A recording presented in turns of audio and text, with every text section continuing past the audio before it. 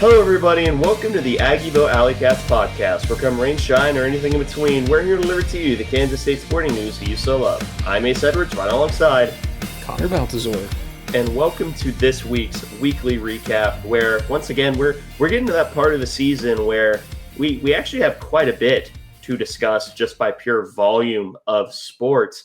We have men's and women's Catsketball and the Volleycats on the agenda for today. But before we dive straight into this week in K-State sports, we do want to thank the sponsors of the show, and that is Greg, Arthur, and Grandma. Thank you, Grandma. And if you want to support the show financially and have your name out at the beginning of every single episode, please be sure to check out the supporters link found in our podcast and Twitter bio. But let's just go ahead and dive straight into men's Catsketball first for their first game of the season up against the New Orleans Privateers, I believe they are.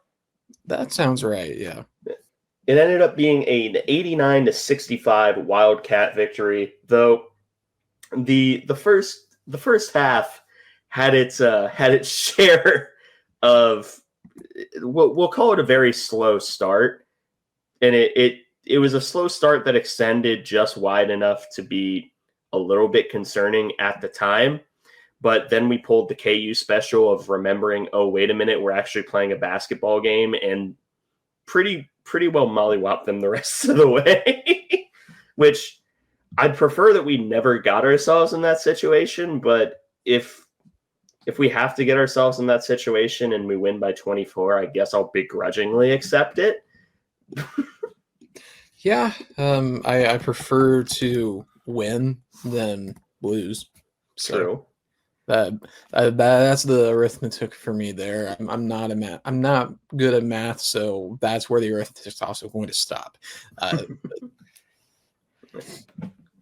But let's just dive straight into the starter stats and the now Alleycat fan favorite who's gone over his pretty much on every emotion on the Alleycat spectrum, which now that I'm thinking about it, probably shouldn't word it that way.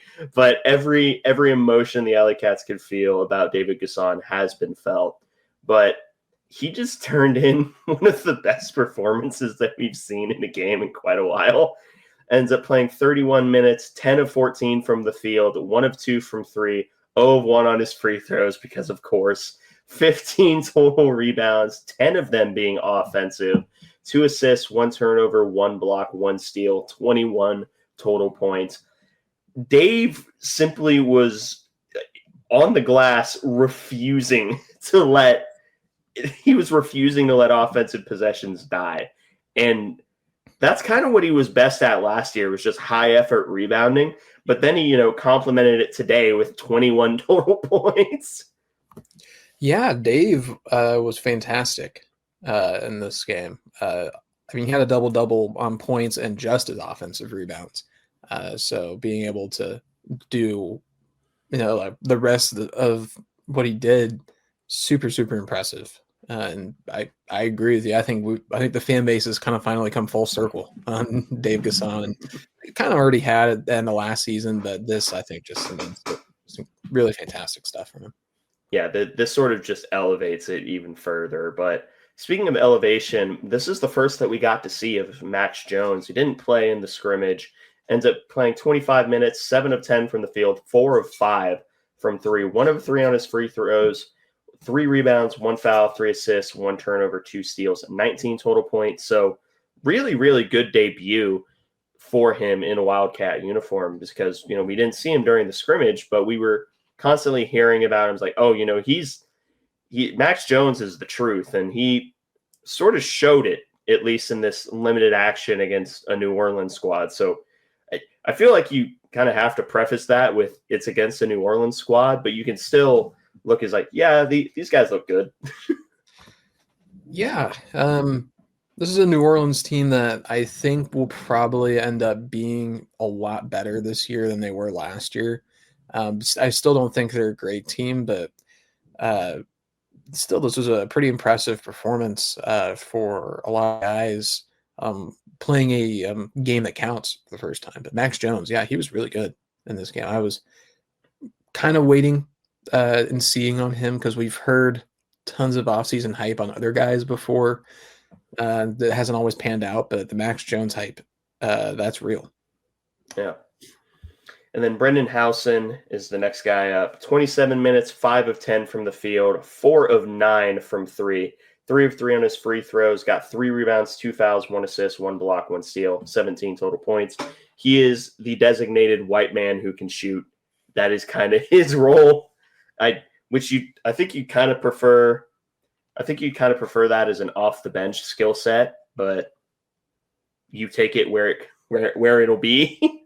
I mean, he's a good enough defender, which he's a very good defender, and he's high effort. That I think he's worth starting, even with 3-point shooting being the name of his game. But he's so efficient with it, and he did actually take a shot inside the 3-point range, which I was kind of just privately wondering, like, how long will it be before we see Brendan Howson take a shot inside of the 3-point arc? And I figured it might actually be a few games, but no, it was like in the second half of this game. Got it out of the way early. Yeah.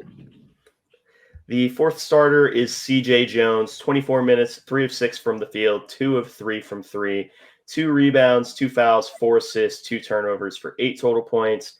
Not much to say, like, horribly notable there. Just a pretty solid day at the office for CJ Jones. Yeah, the stats don't really, I think, tell the full story on CJ, because he was one of the players I think that impressed me the most in this game.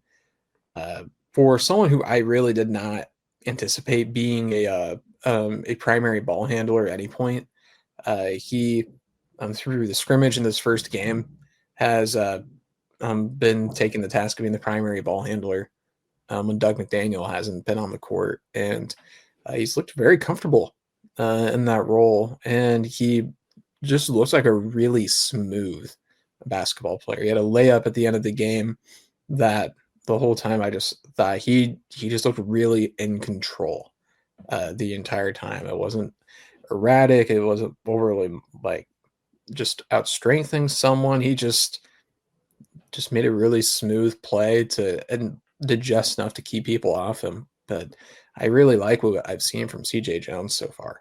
Yeah, sort of the finesse player that finesse is good on a basketball court. Sources reporting. But the fifth starter, last but certainly not least, is Coleman Hawkins.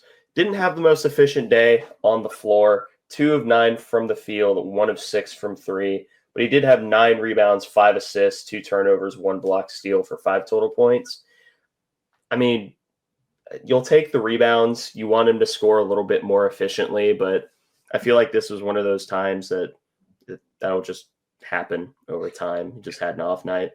I was pretty happy with how Coleman played. I think the biggest thing for me, and this is something that Jerome Tang mentioned, and I think his post game presser was that Coleman is kind of a rare player in that his effort level and his mood aren't really determined by if the ball's going in the basket or not. Which I think a lot of players like whether consciously or subconsciously do get affected by that. But Coleman really, I just was not getting that feeling from him at all.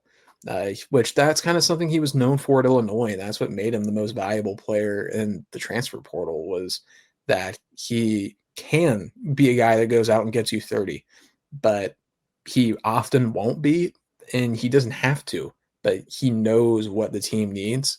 And tonight, that was a rebounder and a facilitator, and he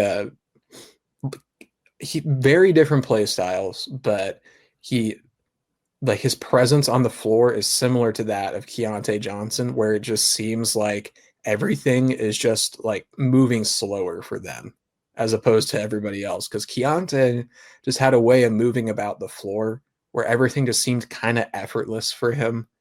Like Coleman, I was getting that same feeling from, where really nobody on last year's team had it.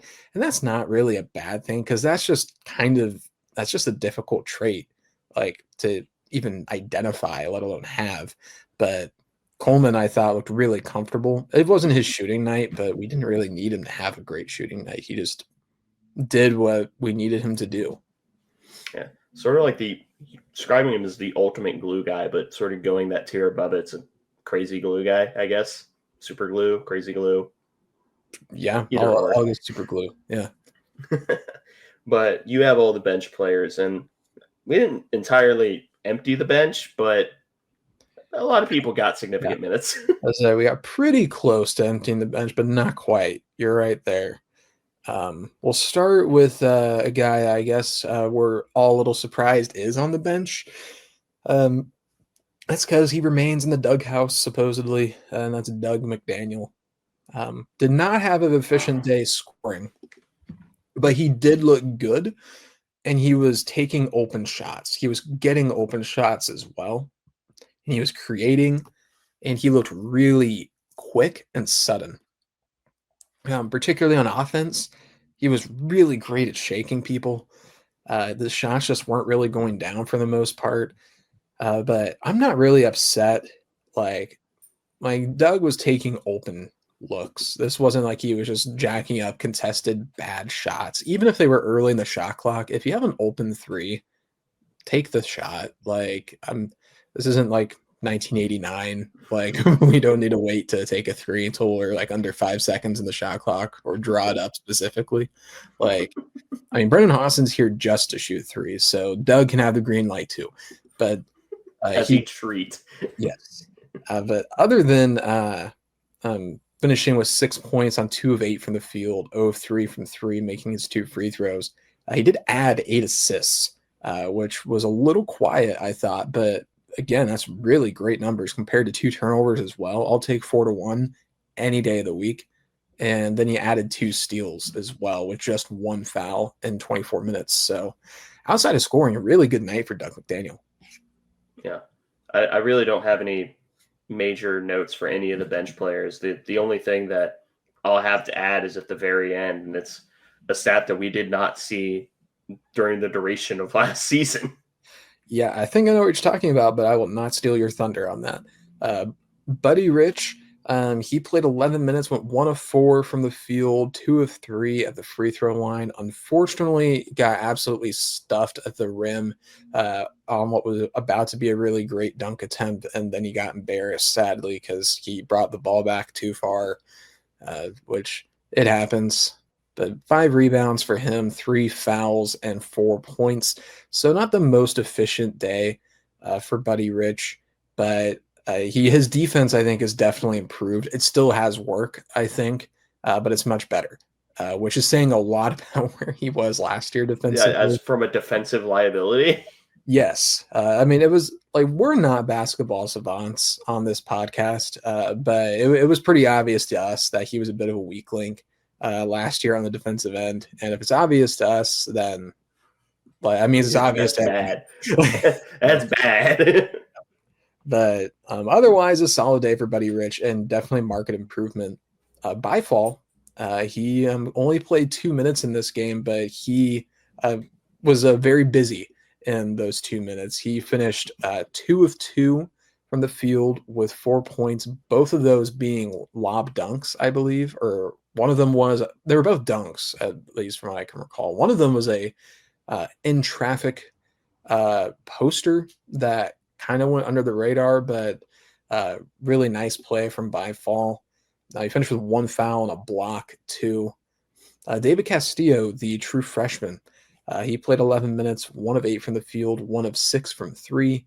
And then he finished with a rebound, 2 fouls, an assist, 0 turnovers. So finishing with 3 points, getting his first 3. So good for Dave. Nice to see him get on the floor. Still has some work to do, but he was taking open shots. And as a true freshman, those are going to start to fall at some point. And with how many good shooters we have on this team, I'm fine in a game like this with David Castillo just taking a lot of shots and just not hitting all of them because that's just good development for him. Yeah, it's pretty similar to what we saw with Day at the beginning of last year.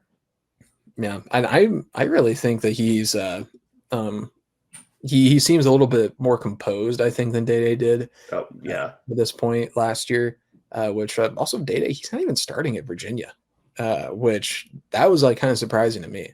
But anyways, but Ugo Onyenso, he played 11 minutes, 1 of 2 from the field. He had a big dunk.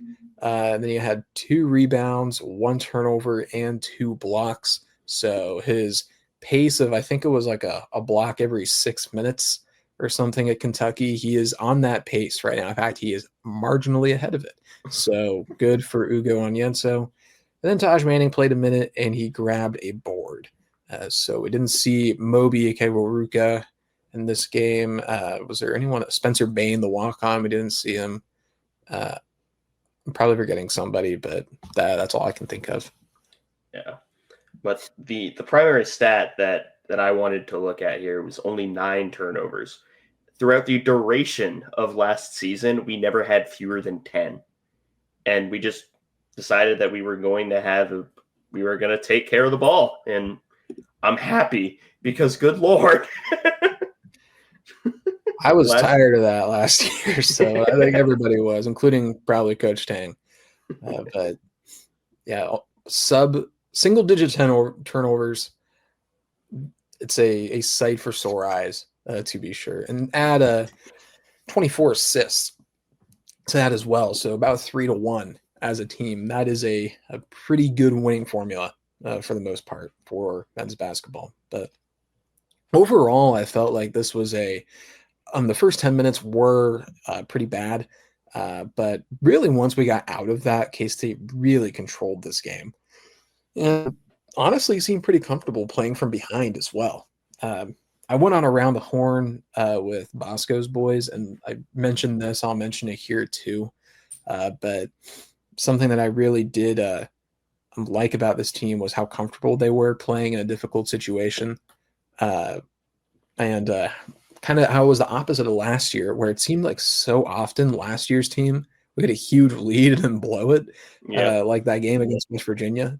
This was kind of the opposite, where we got down really early and we did not lose control at all. We called a timeout, and from then on, we really controlled this game. And that was really good to see. Even against a team that's not that great, that's a good lesson to learn early in the season. Yeah, but like you said, it's really, really good to learn that lesson early on in the season rather than much later. But the next matches for the K-State men's Catsketball team are this Saturday up against Cleveland State, former home of Dennis Gates' current Mizzou basketball coach. That's not working out for him very well. No. And then LSU also in Bramlage that Thursday at 8 p.m. So that'll be a late night for you and I, Connor. Yeah, but we're here for it. The Cam Carter revenge game. Yeah, I forget that happened. Where does the time go, Connor? Generally forwards. But moving on to the women's Catsketball team. They had 2 games. The first one up against a Green Bay team that was an 11 seed in the tournament last year. And they got killed by K-State 92-45.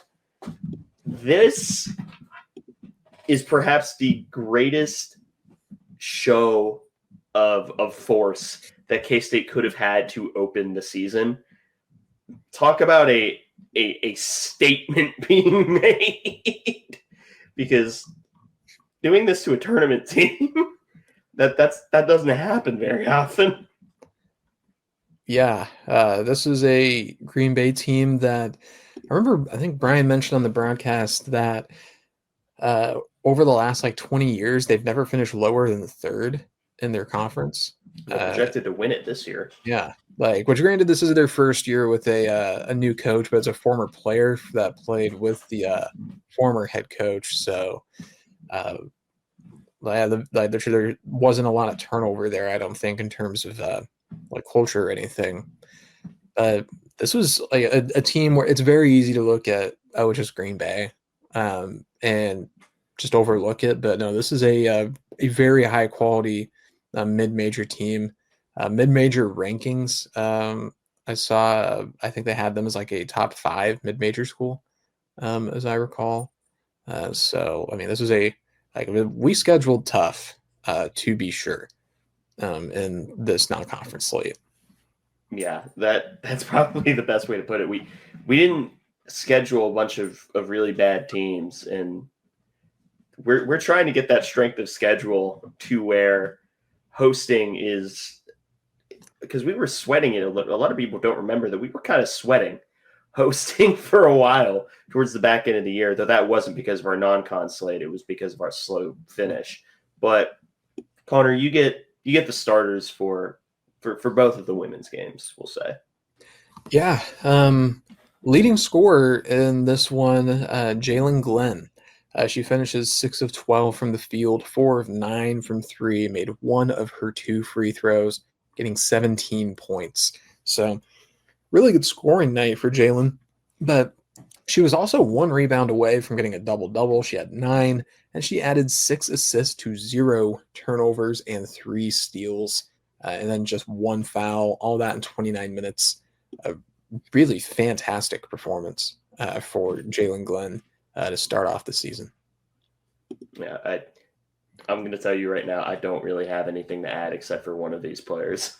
Okay, just interject then whenever you're ready. It's the next one. Okay. Myra Poindexter in her K-State debut had an excellent performance as well. She played 26 minutes, 6 of 10 from the field, 3 of 6 from 3 for 15 points, and she finished with 5 rebounds, 2 assists, 2 turnovers, 4 blocks, and 2 steals, and just 1 foul. A incredible start to the season for Tamyra Poindexter, the Tulsa transfer. Yeah, this team had an amazing collection of talent, including 2 people that were projected to be WNBA gals. And Tamyra Poindexter just kind of shows up and decides that she is going to be the best player on the court, except for when someone we didn't expect to be the best player on the court decided to drop on by. But yeah, Tamyra Poindexter, what a debut. And spoilers, the next game was even better. Yeah, this was a great start for Poindexter. And now we can get back to some returners with Serena Sundell. Played 26 minutes in this one, 5 of 8 from the field, 2 of 4 from 3. So she got 12 points in this one. Had 2 rebounds, 3 assists, 0 turnovers, a block, and a steal, and just 1 foul. So a really good game for Serena Sundell. Got to be super happy with this performance, particularly with her playing off ball for one of the first times in her K-State career. She's been the main point guard ball handler her entire K-State career. So now entering her 4th season, Ziona Walker's taken over the point guard spot and let Serena move off ball, which that's actually her natural position. She is a natural shooting guard / wing. And I think that's actually going to raise the ceiling of this team, letting Serena go off ball, but still have her with all that experience as a point guard. Yeah, that again, moving her to her more natural position when she was already a WNBA prospect. Yeah, so I'm looking forward to Serena getting drafted. I'll say that. But Aoka Lee, she only played 10 minutes in this one. We didn't really need her. 2 of 6 from the field, 3 of 4 at the free throw line. So she finished with 7 points, 1 rebound, 1 assist, 2 blocks, and just 1 foul. She left this game a little early. I believe she rolled her ankle. And it wasn't anything serious, but she was just sat as a precaution for the remainder of the game. And then spoiler alert, I guess, as well, if you want to wait until the next game. But she was also sat as a precaution for the next game on the schedule too. Just making it with Aoka Lee is just not worth the risk whatsoever, with particularly with her injury history. Not a lot of Aoka Lee in this game. Perfect world, we don't see her until conference play. And I don't mean that as in I don't want to see her play. I mean that as in we don't need to see her play up until that point. Right. That would be great. particularly because, though we're playing really well against some really good teams. But this is the last starter, and that's Ziona Walker plays 22 minutes in this one, 2 of 8 from the field, 0 of 3 from 3, 1 of 1 at the free throw line. It's not the best shooting day, but she otherwise was really great. Despite only getting 5 points, she had 6 rebounds, 7 assists, and 0 turnovers, and then threw a steal in with that as well. So in her first start as the main ball handler for K-State, really excellent and efficient performance. Not the best offensive day, at least in terms of scoring, but really facilitated well. 7 assists and no turnovers. You will take that any day of the week and twice on Sunday. Yeah. Amazing performances from the starters, but you could make a pretty convincing argument that none of those starting 5 had the best performance on the day. And that honor probably belongs to Kennedy Taylor, the transfer from Missouri State. She ends up only 17 minutes. She goes 5 of 8 from the field, perfect from the free throw line, 6 of 6, gets 11 rebounds, 4 fouls, whatever, one block and 1 steal in 16 minutes. She got a double-double, or 16 points. She got a double-double in 17 minutes. Like that, I don't think that you and I really expected that. No, not at all. But she was phenomenal in this game. Yeah, I think that's the best way to say it. And I hate to brush past it, but there's really, without getting into superlatives, there's nothing more to say. She had a double-double in 17 minutes. Which David Gasson, he had a double-double in the first half of the men's game. Kennedy Taylor, I think it took her the whole game, but she didn't play a full half in terms of total minutes.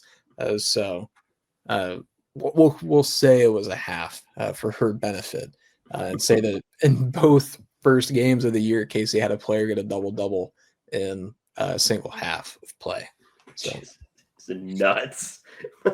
Really incredible stuff. The secondary ball handler, Taryn Sides, ends up playing 21 minutes, 3 of 7 from the field, 2 of 5 from 3.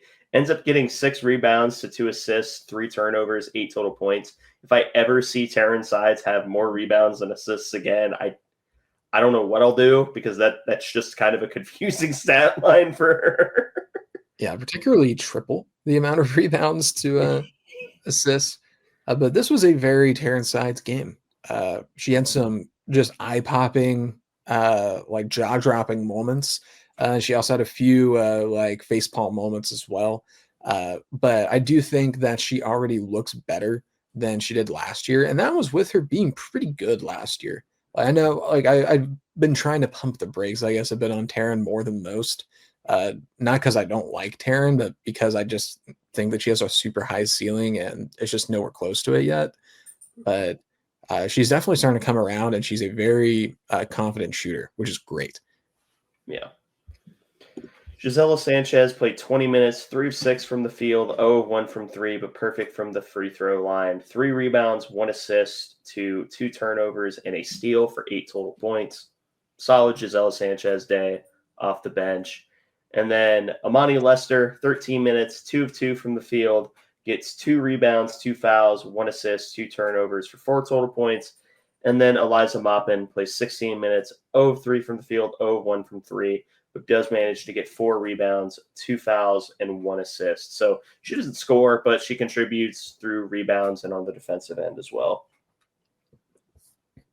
Yeah, I mean, really great stuff for a debut. Made most of our free throws, shot about 38% from 3 as a team, so that's pretty good. And we were approaching 50% from the field. Just didn't quite get there, but otherwise had a very effective day. And particularly in the first half, we were really impressive. Yep. But now we can move into the next game, which is K-State up against Belmont, which was an 82-56 Wildcat victory. And the main story, I think, going into this game was K-State ends up sitting both Taryn Sides and Ayoka Lee out of an abundance of caution, making sure that whatever minor injury they have, they're not going to re-aggravate on the court, which that's just good process whenever you're going to go up against a team. Plus, you get a week off between this and the next match, which next match is big. So, but you also have starters still. So, Yeah. Some really good performances from this game as well, particularly when you consider missing Aoka Lee and missing Terrence Side. So a very, very thin rotation at guard in this one for K-State. But we'll go ahead and get straight into the grades for this one. We'll start with Ziana Walker. She finished with 14 points, 5 of 8 from the field, 1 of 2 from 3. So she gets her first 3 on the season, and 3 of 4 at the free throw line. She gets 6 rebounds, 5 assists, did turn it over 4 times, but then added 3 steals as well.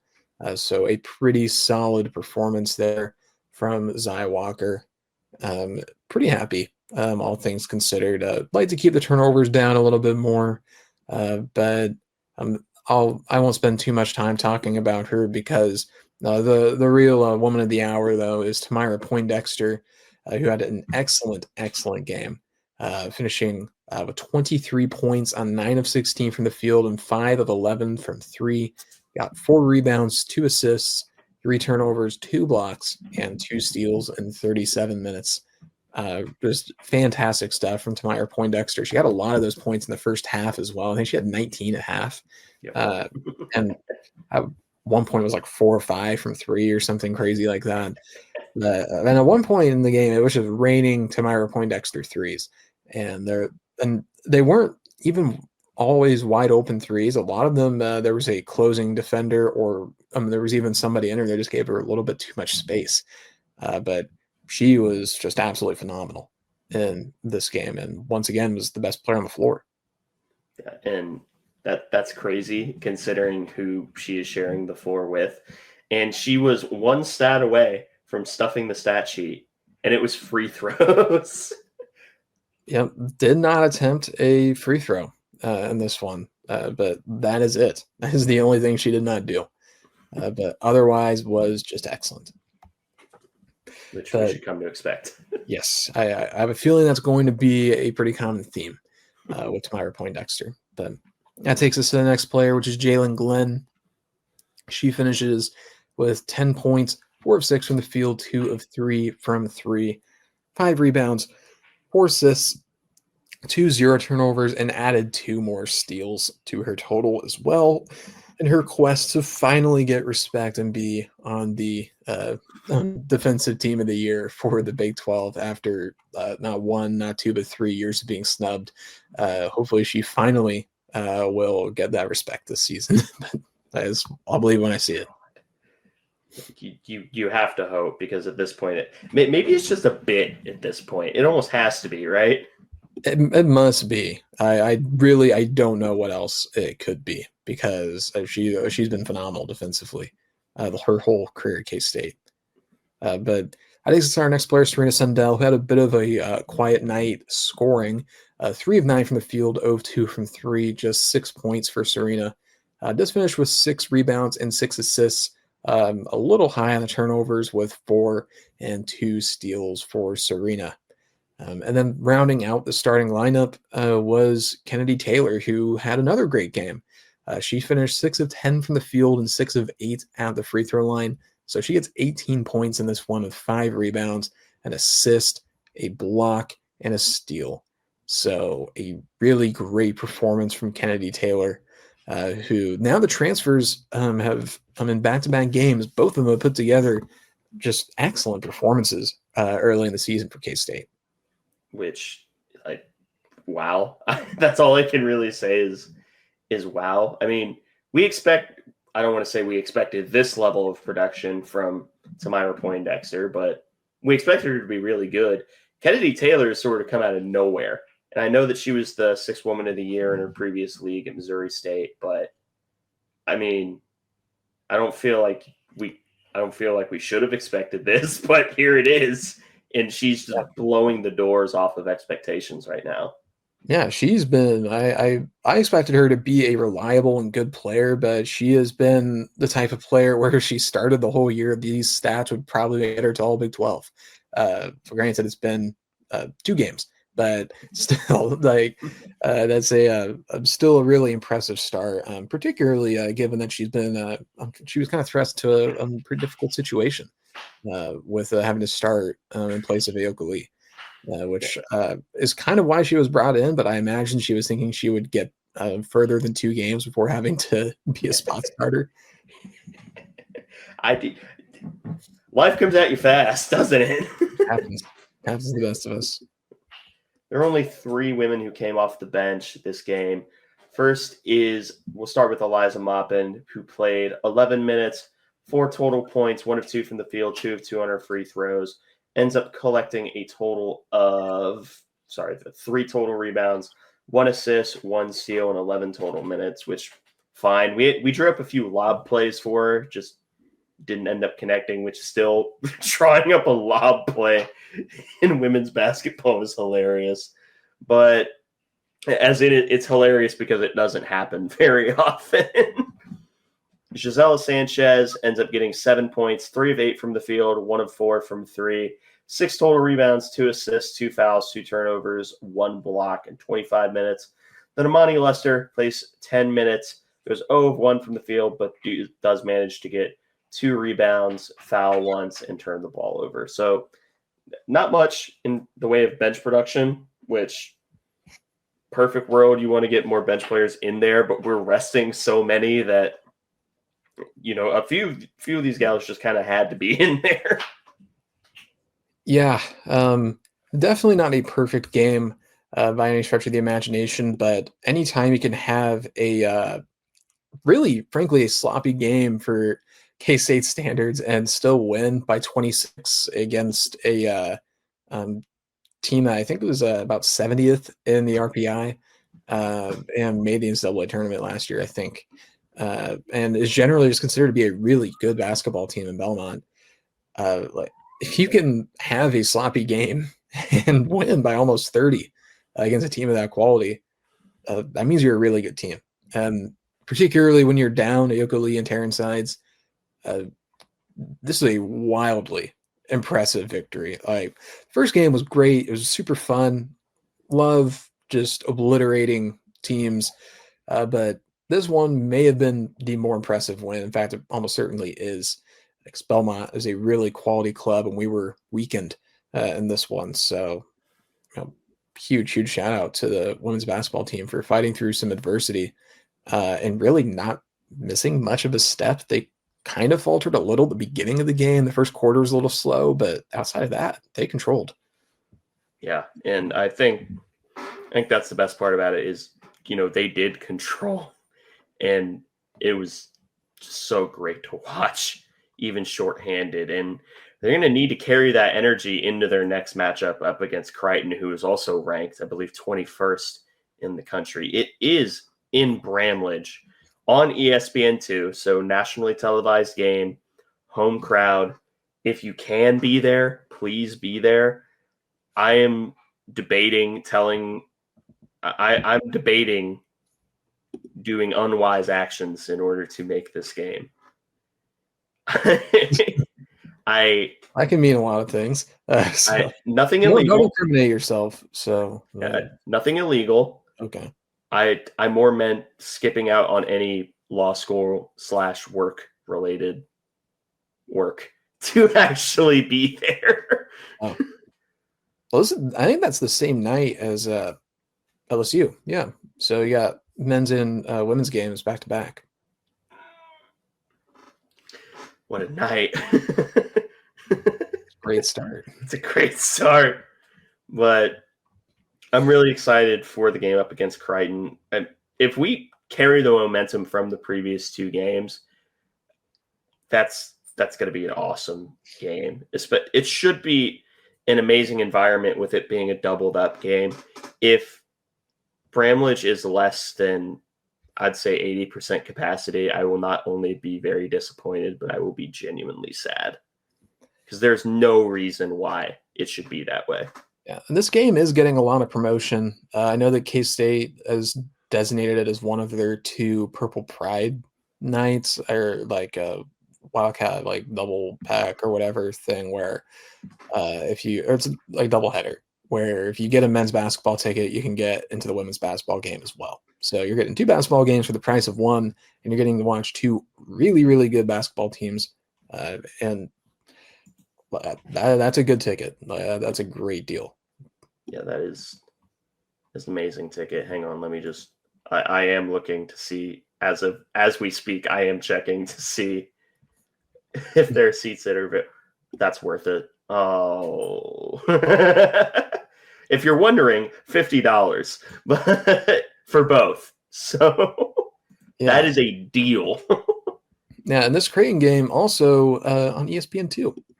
So some actual network on TV, or no, not network, but it's not on ESPN Plus. So Yeah. So big happenings. Connor, I may see you next Thursday.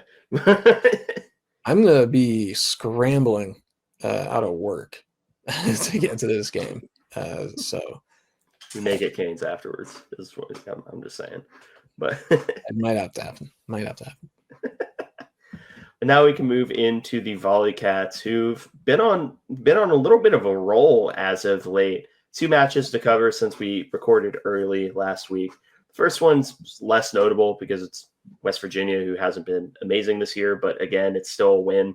3-2 set victory for K-State, where K-State wins sets 1, 3, and 5, 25-18, 25-20, and then 15-10. West Virginia wins 2 and 4, 25-22, and then 25-14. Yikes. But outside of that, getting on a roll. This is so far, it's following a very similar script to last season, where they sort of waited until mid to late October to find their groove. And of course, because I don't know, the universe likes proving us, mostly just me, wrong. We kind of just said, it is what it is. And then they get on a roll. Yeah, and for what it's worth, I was fact checking your West Virginia's not very good claim, and you are absolutely correct. They're 8-15, 2-10 in conference play. Also, a fun fact: when I got to the Mountaineer website for their sports, I got a pop-up banner for their men's soccer team won the conference championship in the Sun Belt. I thought that was interesting. What? Yeah. What? Yeah, I didn't realize that the Big 12 did not have soccer as a sponsored sport. Interesting. The Yeah, more you really know. strange. But yeah, K-State wins. Even though this West Virginia team is bad, we haven't been great for a lot of this year. But things have been turning around as of late, dare I say. Yeah. I think that the best way to, not to gloss over West Virginia, but we're glossing over West Virginia. I think the best way to sort of epitomize that was the game up against Arizona, who, although they've struggled in Big 12 play, still have an RPI in the mid 60s, I think it is. And God help me, we're having to bring up RPI again. I didn't think that we'd have to do this again. Yeah, Arizona was listed at RPI 57 prior to losing to us, so they're probably in the 60s now. Because K-State, not very good RPI. We're at 108. And we swept them 3-0. Yes. And the last 2 sets were not close. No, they really tried the first set, and I guess we just broke their spirit. So yeah, K-State ends up sweeping them 28-26, 25-17, and then 25-18. Good. We take those.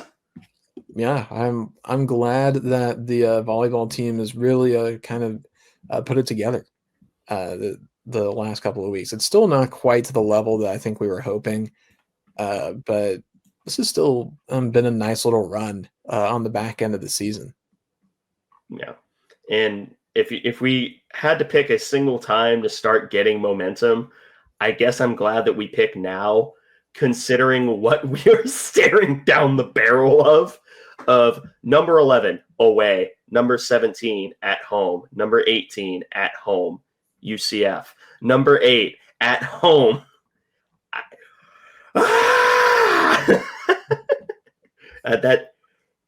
What a night. It's a bad start. Yeah, there are 7 matches remaining for volleyball, and 5 of them are against ranked squads. And 4 of those ranked matchups are at home. So that should be interesting. They get a return game against KU at home. They really should have won in Lawrence, but I really do think that Liz Gregorski tearing her ACL, I think, probably messed with the team just a little too much and just made it too much of a mountain for them to climb. I don't mean that in a derogatory way. I just mean in that like they were probably very emotionally affected by it. Shocking, but they have to face the far superior Arizona squad in Arizona State the day that this releases. Arizona State is number 9 in the RPI, and Arizona State just beat KU as well a couple of nights ago. I think they won 3-1 as well. So a tough matchup coming up for the Volleycats. I think that's putting it generously. Yes. Also, this is volleyball related, but a few nights ago, I was feeling really sick and I was kind of craving Olive Garden. So I went to Olive Garden and I saw Jason Mansfield outside of Olive Garden. That's it. That's the whole anecdote. There's not any funny story. I just turned around once and I said, that guy looks like Jason Mansfield. And I looked again. It's like, it is Jason Mansfield because he was wearing like a K-State volleyball thing. Should have said, hey, I'm one half of the Aggieville Alleycats. Probably ask who is that and please leave me alone. So. I'm trying to enjoy my breadsticks. To be fair, he wasn't having any breadsticks at that point. This was outside of the premises. So yet to enter. That anecdote out of the way, you have any final notes before we sign off? No. All right. Actually, yes, I do. You should listen to the most recent Bosco's Boys Around the Horn episode in which I feature. And you should also go listen to one of the other ones that happened recently because Ace was on that one. So you should go listen to that as well. Around the Horn's always fun. I'm glad that, because I think I've represented us twice. I think this was the first time that you've. Yes, this was the first time. I was very happy to do that with friends of the show, the Commissioner Bob Trollsby and Allison Renner. So that was super fun, and was very happy to do it. Always fun to go on Bosco's Boys. But for now, thank you for listening to this episode of the Aggieville Alleycats podcast. If you want to follow or contact the show, you can follow us just about anywhere at Aggieville Alleycats. And if you want to email us, we're AggieevilleAlleycats@gmail.com. If you want to follow us on a more personal note, I am at ACEdward00. I am at Connor Balthazar, capital C, capital B.